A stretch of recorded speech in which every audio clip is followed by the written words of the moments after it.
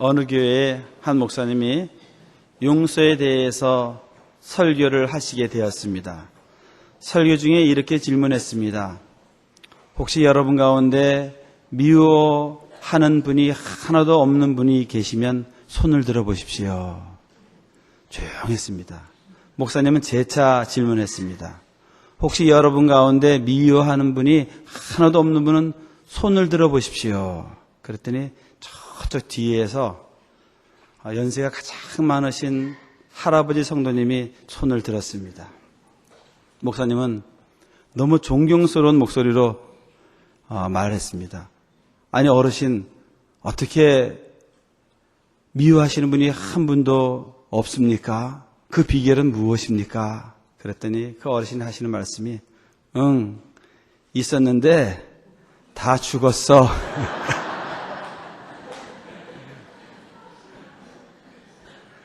아주 오래 사시게 되면 미워하는 분이 한 분도 안 계실 수 있습니다. 제가 이 유머를 1부에부터 했는데 반응이 없어서 아주 혼났습니다. 그래서 제가 2부 때 할까 말까 망설이다가 이렇게 호응해 주셔서 감사드립니다. 설교가 첫 시인들은 이런 말을 했습니다. 우리에게 필요한 것이 정보였다면 하나님께서는 우리에게 교육자를 보내셨을 것입니다. 우리에게 가장 필요한 것이 기술이었다면 하나님은 우리에게 과학자를 보내셨을 것입니다. 우리에게 가장 필요한 것이 돈이었다면 그분은 우리에게 경제학자를 보내셨을 것입니다. 우리에게 가장 필요한 것이 쾌락이었다면 그분은 우리에게 연예인을 보내주었을 것입니다. 그러나 우리에게 가장 필요한 것은 용서였기 때문에 그분은 우리에게 구세주를 보내주셨던 것입니다.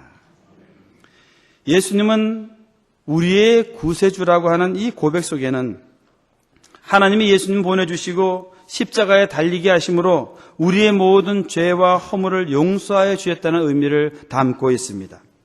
그로써 하나님과 우리의 관계가 회복되어 화평을 누리게 되는 것이고 이 복음을 전하여 이 복음을 받아들이는 곳곳마다 주님 안에서 하나님과 우리가 화평을 누릴 뿐만 아니라 우리가 주님 안에서 서로 화평을 누릴 수 있는 능력을 얻게 되는 것입니다. 오늘의 본문은 하나님의 은혜를 경험한 사람이 얼마나 용서할 수 있는지 하는 것에 대한 질문으로 시작됩니다. 베드로가 예수님께 여쭤보았습니다. 주여, 형제가 내게 죄를 범하면 몇 번이나 용서하여 주리이까? 7번까지 하오리이까? 예수님 당시에 경건하기로 유명한 바리새인들은 몇 번까지 용서해 주면은 가장 하나님 나라에 가까웠다고 주장했는가 하면 3번까지만 용서해 주면은 하나님 나라에 가장 가까웠다고 주장했습니다. 베드로는 큰맘 먹고 이 3번에다가 4번을 더 보태서 완전한 숫자 7을 만들어서 7번까지 하오리까라고 질문하였던 것입니다. 그런데 예수님의 대답은 뜻밖이었습니다. 7번뿐 아니라 7번을 70번까지라도 할지니라. 7 곱하기 70 하면 490번 아닙니까? 한 사람이 동일한 잘못을 이렇게 7번씩 70번까지 할 수 있겠는가? 490번 똑같은 잘못을 범할 수 있는 사람이 누가 있겠습니까? 저는 이 말씀의 의미를 2가지로 생각해 볼 수 있겠습니다. 하나는 490번 정도 계속하여 상처를 줄 수 있는 사람이 있다면 그는 나와 함께 늘 매일같이 만나는 사람일 것이다. 누굽니까? 가장 가까운 분.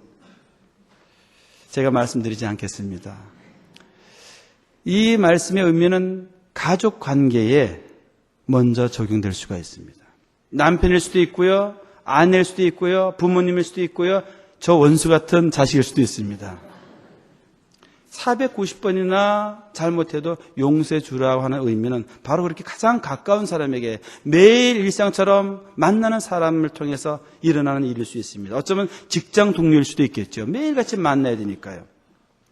또 하나의 의미가 있다면 490번의 의미는 그저 스쳐 지나가는 사람끼리 가끔가다 한 번씩 만나는 사람끼리 적용된다면 이것은 무한히 용서해 주라 하는 것입니다. 7번씩 70번은 용서의 무제한성을 말합니다. 이것은 바로 하나님 아버지의 마음을 의미하는 것이죠. 하나님 아버지의 마음을 품고 누구든지 언제든지 용서하라 하는 것이 예수님의 답변에 들어있는 뜻입니다. 바로 이러한 맥락 속에서 우리는 예수님의 천국 비유를 생각해 볼 수가 있습니다. 광대한 영토를 다스리던 한 임금이 있습니다. 그 임금은 자기 나라를 다스리는 데 있어서 각 지역마다 총독과 군대 장관을 두었습니다. 각 지역에는 세금을 징수하는 관리들을 두어서 세금을 거두어 임금에게 바치도록 하였습니다. 그리고 정기적으로 세금 징수 관리들을 불러서 세금이 잘 징수되고 있는지를 결산을 하곤 했습니다. 그날도 정기적으로 세금 징수 업무를 보고받는 시간인데 여러 지역의 관리들이 자신들의 업무를 보고하게 되었습니다. 그런데 한 관리가 와서 보고하기를 그만 엄청난 차익이 생겨버린 것입니다. 세금 징수의 차익이 1만 달란트나 되었습니다.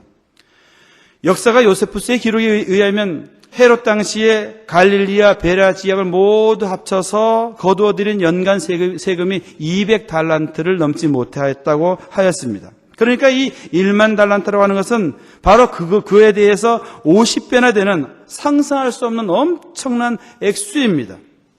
도저히 갚을 수 없는 액수입니다. 자신의 능력과 노력으로는 절대로 갚을 수 없는 액수가 1만 달란트입니다. 임금은 엄청난 손실을 가져온 관리에게 진노했습니다. 그의 몸과 처자식과 모든 소유를 다 팔아서 손실된 금액을 갚으라고 명령을 합니다. 우리는 여기에서 진노하시는 하나님, 심판하시는 하나님의 모습을 보게 됩니다. 사랑의 하나님이지만 동시에 심판하시는 하나님이십니다.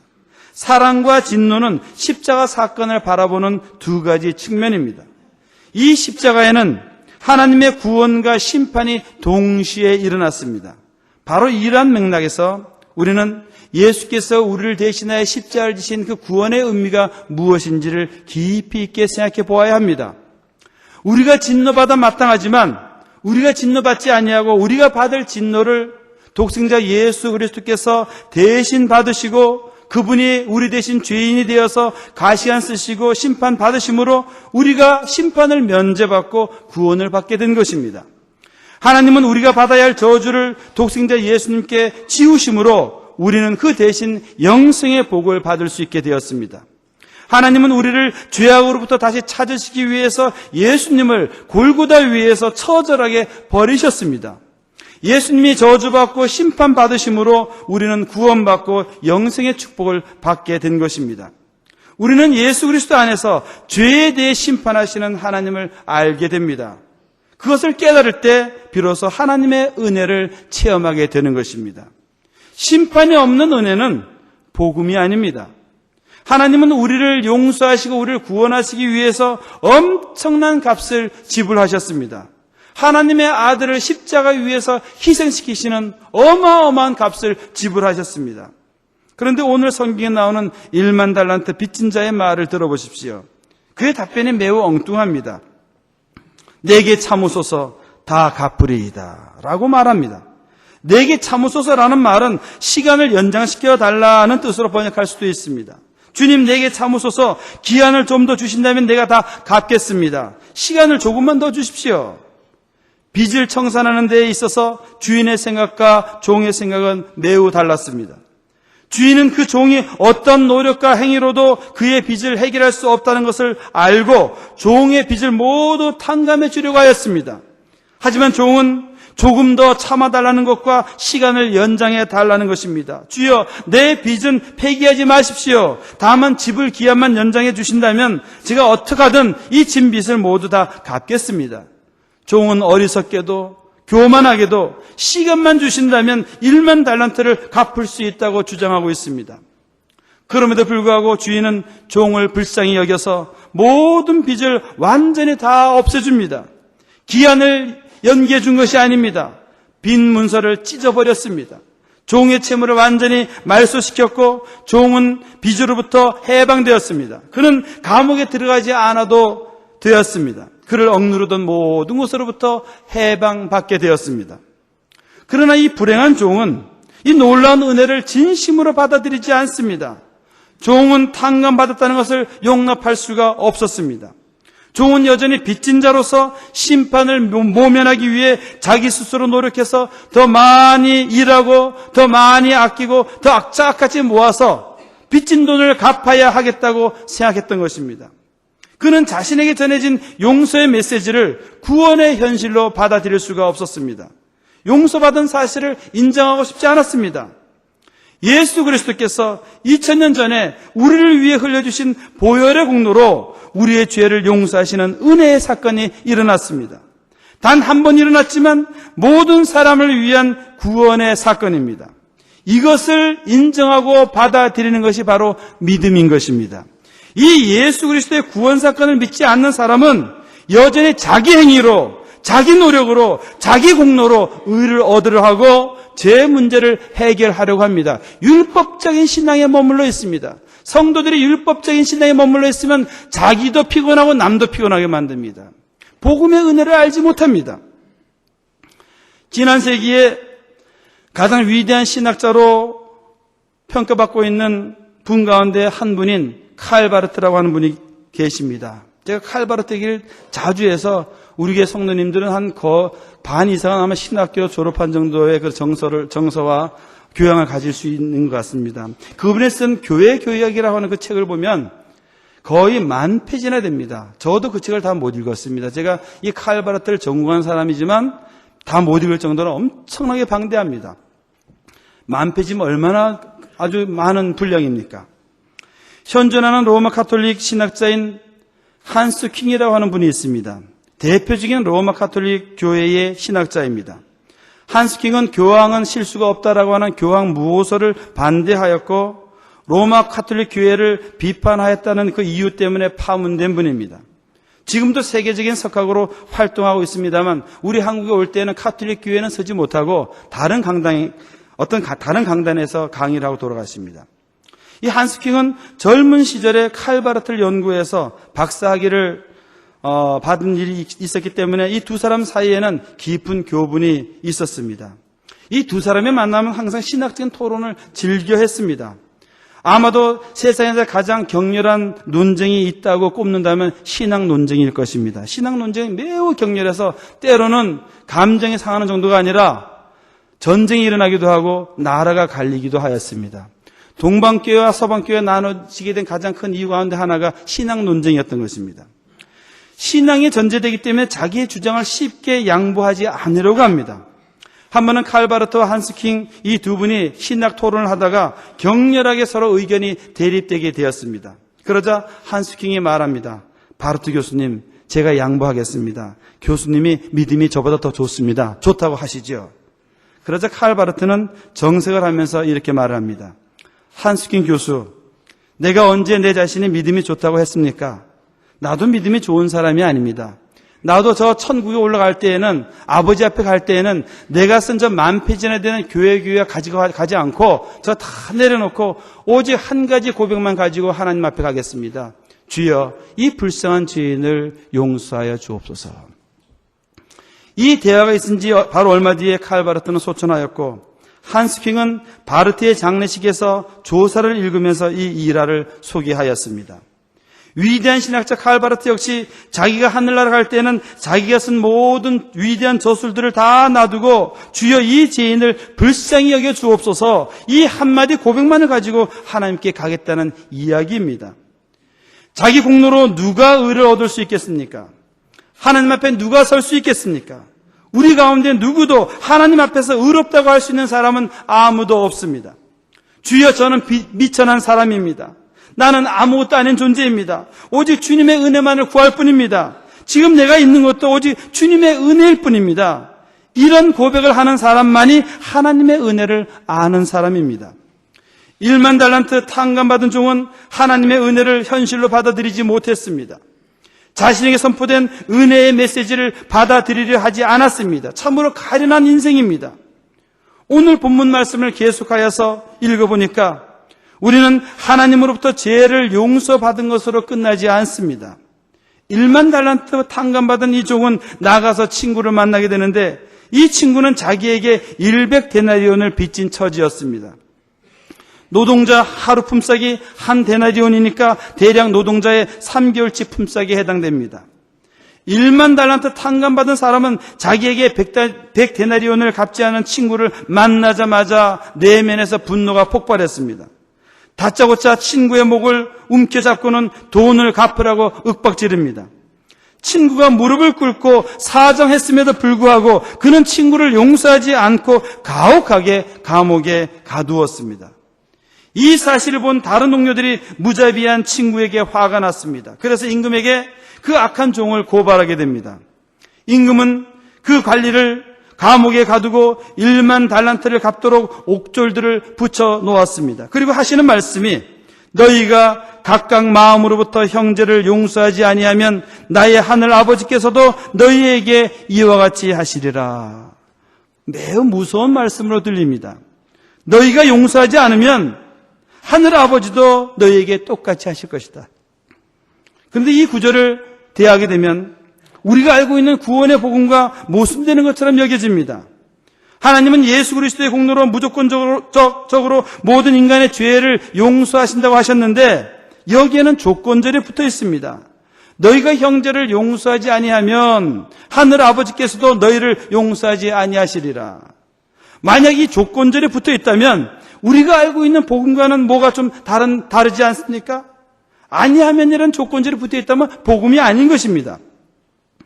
지난번에 부흥강사 목사님 오셔서 말씀을 은혜롭게 전해주셨는데 사도행전과 주기도문을 암송하지 아니하고 눈으로 보고 읽으면서 고백하면 은혜가 더 크다고 해서 제가 그 말씀에 순종해서 새벽 기도회 때는 항상 주기도문을 읽으면서 고백을 합니다. 시간이 좀 더 많이 걸리죠. 우리가 암송하면 오토바이 탄 것처럼 쑥 지나가 버리는데 보고 읽으니까 그 의미를 깊이 생각하면서 고백하게 됩니다. 그런데 그렇게 읽다 보니까 가장 부담스러운 구절이 있어요. 가장 껄끄럽고 불편한 구절이 어떤 구절입니까? 용서에 대한 기도입니다. 우리가 우리에게 죄 지은 자를 사하여 준 것 같이 우리 죄를 사하여 주시옵고. 주기도문을 습관적으로 고백할 땐 잘 몰랐는데 그 의미를 생각해 보니까 참으로 읽기가 불편합니다. 그냥 우리의 죄를 용서하시옵고 하면 좋을 텐데 우리가 우리에게 죄 지은 자를 사하여 준 것 같이 라는 말이 붙어 있습니다. 만약 우리가 남의 죄를 용서하지 않으면 우리의 죄도 용서받을 수 없다는 말입니까? 그렇다면 과연 누가 용서받을 수 있겠습니까? 이것은 복음이 아니죠. 구원은 자기 공로가 아닙니다. 전적으로 하나님의 은혜입니다. 용서도 마찬가지입니다. 우리가 용서하는 행위를 통해서 하나님께 용서받는 것이 아니라 용서는 전적인 하나님의 은혜인 것입니다. 그래서 이 주기도문의 뜻을 깊이 있게 한번 들여다보았습니다. 주기도문을 보니까 헬라어로 카이라고 하는 접속 부사가 2번 나오는데 이 카이라고 하는 접속 부사는 그리고 또한 역시 이런 의미를 가지고 있습니다. 헬라의 의미를 다시 살려서 그 의미를 해석해 보니까 이런 뜻입니다. 누군가 우리의 죄를 용서해 준 것 같이 우리 역시 우리에게 죄진 자를 용서하였습니다. 그러니 우리의 죄를 용서해 주시옵소서라는 뜻입니다. 누군가 우리의 죄를 용서해 준 분이 있다면 그분이 누구입니까? 바로 하나님이십니다. 하나님께서 우리의 죄를 용서해 주신 것처럼 우리 역시 우리에게 죄 지은 자를 용서해 주었습니다. 그리고 또다시 실수하였지만 우리의 죄를 용서해 주시옵소서라는 의미죠. 오늘의 본문도 마찬가지입니다. 하나님이 우리를 용서해 주시는 은혜의 사건이 먼저 선행합니다. 하나님이 우리를 용서해 주셨기에 그 은혜를 힘입어서 우리도 형제를 용서할 수가 있는 것입니다. 형제의 죄를 용서하지 못하는 것은 하나님의 은혜를 체험하지 못했기 때문입니다. 자신의 공로를 자랑하는 사람은 형제의 허물에 대해서 너그러울 수가 없습니다. 그러나 오직 예수 그리스도의 공로로 나 같은 죄인이 용서함 받고 믿음으로 의로워짐을 경험하게 되면 그 마음도 의로워져서 자신에게 죄 지은 자를 용서할 수 있는 능력을 가지게 되는 것입니다. 이것이 그리스도 안에서 하나님의 자녀가 누릴 수 있는 권세요 능력인 것입니다. 신앙생활에도요, 이 문제가 해결되지 않아서 더 인상을 찌푸리고 다니시는 분들이 있습니다. 하나님의 은혜를 알지 못하는 것입니다. 제가 아는 어떤 교수님이 계십니다. 그분은 아주 가난하고 불우한 가정에서 태어났습니다. 어릴 적에 아버지는 집을 나가서 새로운 부인을 얻어서 새 살림을 차렸습니다. 남편으로부터 버림받았던 어머니는 삭바느질을 하면서 자녀들을 키웠습니다. 모든 자녀들이 어렵게 성장해서 잘된 자녀들이 별로 없습니다. 그래도 그 가운데 막내 아들은 가장 성실하고 착했습니다. 막내 아들은 어머니의 기대를 한 몸에 안고 잘 자라주었습니다. 어머니 말씀에 순종하여서 교회도 열심히 다니고 공부도 열심히 했습니다. 어머니는 최선을 다해서 삭바느질을 하면서 험하게 그렇지만 정성스럽게 헌신적으로 막내 아들을 키웠습니다. 아들을 대학에 진학시켰습니다. 아들은 아들대로 온갖 종류의 아르바이트를 하면서 대학을 마쳤습니다. 그 아들은 열심히 공부해서 미국에 유학을 갔고 미국에서 박사학위를 받고 귀국하여서 대학 교수가 되었습니다. 그런데 시간이 흐르면서 어머니와 아들 사이에 마음에 깊은 상처가 있다는 것을 그들은 알게 되었습니다.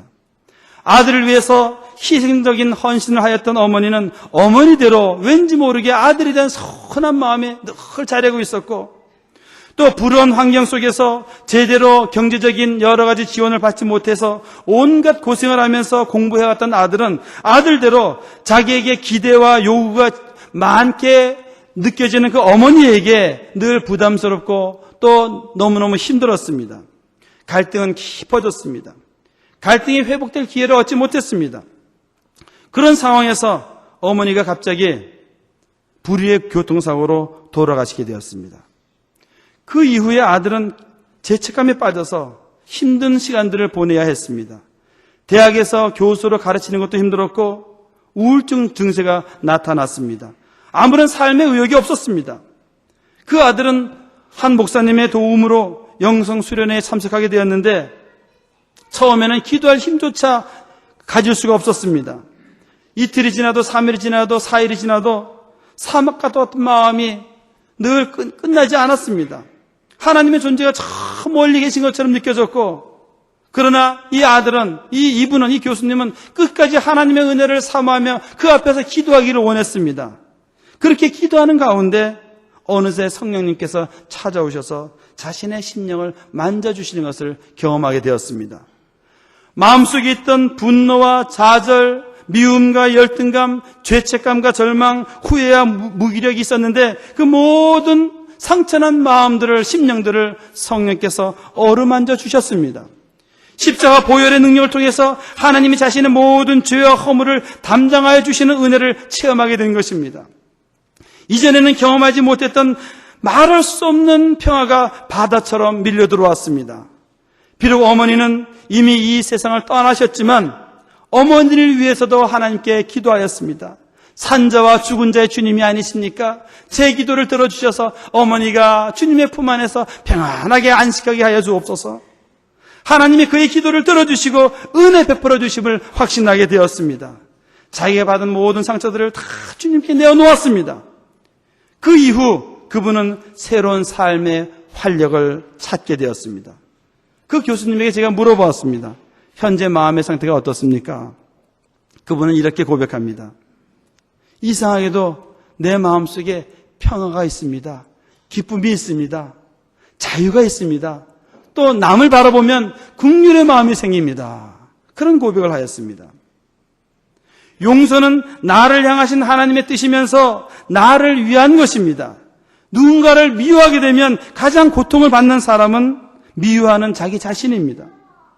히브리서 12장 15절에 너희는 하나님의 은혜에 이르지 못하는 자가 없도록 하고 또 쓴뿌리가 나서 괴롭게 하여 많은 사람이 이로 말미암아 더럽게 되지 않게 하며 라고 하였습니다.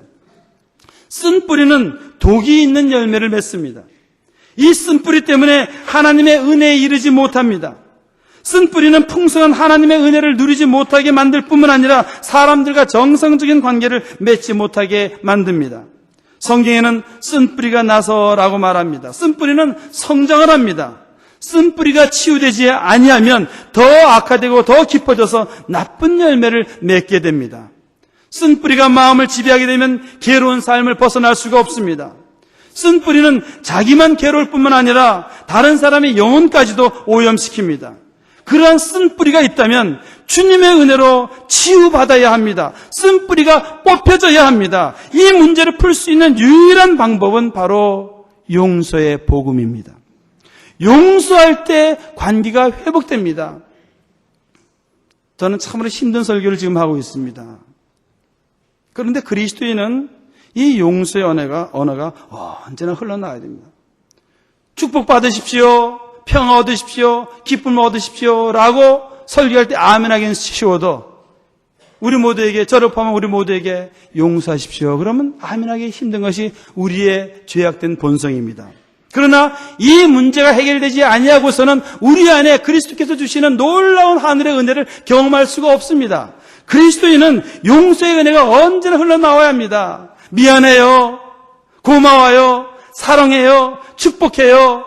다시 한번 용서해 주세요. 이런 언어가 계속 나와야 되는 것이 그리스도인입니다. 그것이 은혜를 아는 사람이 누릴 수 있는 엄청난 하늘의 자유가 되는 것입니다. 우리 아까 인사 나누셨지만은요, 저는 다시 한번 인사 나누시기를 권면하고 싶습니다.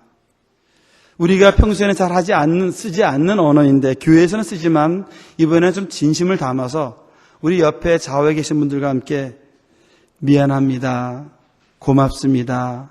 사랑합니다. 서로 손을 잡으면서 이렇게 인사를 한번 나눴으면 좋겠어요.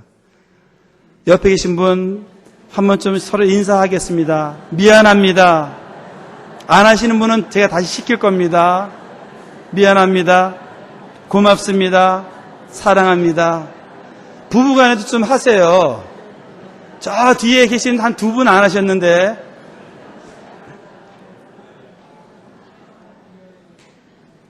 미안해요. 고마워요. 사랑해요.